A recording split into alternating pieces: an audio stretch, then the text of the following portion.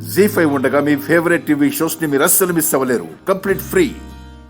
ఆ రోజు నువ్వు బాధలో ఉన్నావని నేను నిన్ను డిస్టర్బ్ చేయలేక వెళ్ళిపోయాను. ఇప్పుడు నువ్వు అంతా మర్చిపోయి హ్యాపీగా ఉంటావని వచ్చాను. కాకపోతే నాదొక డౌట్ ఆద్య.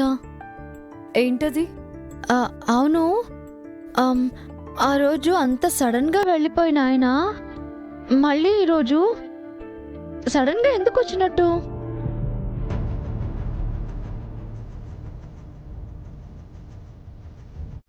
హా, అర్థమైంది.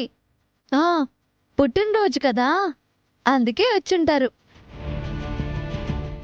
రామా, హా, ఒకసారి కిందకి రా. అమ్మా. సరే.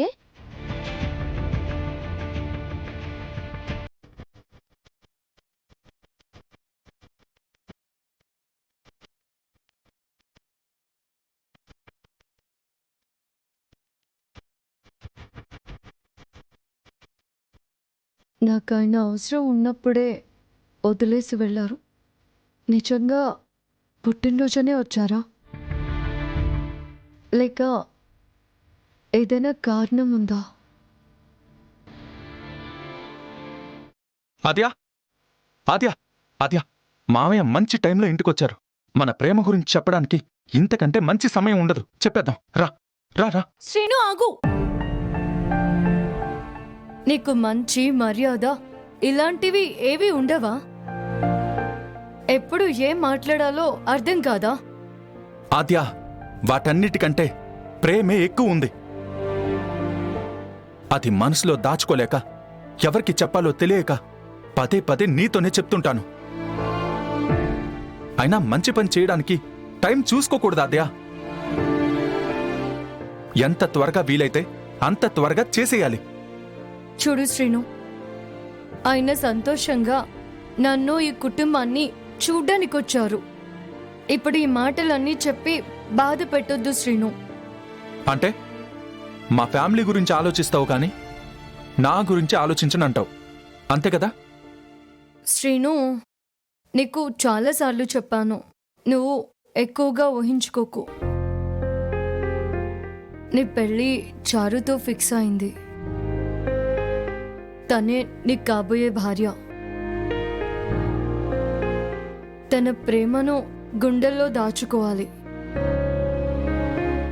అలాంటి అమ్మాయిని మిస్ చేసుకోకూడదు. ఆద్యా, నేనేదో నీతో మాట్లాడాలని వస్తే తన గురించి చెప్తావేంటి? దేవుడే మామయ్య రూపంలో నా ప్రేమని గెలిపించడానికొచ్చాడు. కానీ నువ్వు మాత్రం ఎప్పటికీ మనసులో ఉన్నది బయటికి చెప్పు. ఇద్దరం కలిసి మామయ్యకి చెప్తే ఆయన ఒప్పుకుంటారా ఆద్యా? పద చెప్దాం, రా. శ్రీను, అది జరగని పని. ఎక్కువ ఆశపడొద్దు. ఆశ కాదాద్యా, నమ్మకం. ఒక్కసారి చెప్పి చూద్దాం. చెప్తుంటే అర్థం కాదా శ్రీను? దయచేసి ఇక్కడి నుంచి వెళ్ళు. రామలక్ష్మి వచ్చేస్తుంది. సరే, కలిసి చెప్పకపోయినా సమయం చూసుకుని నేనే చెప్పేస్తాను.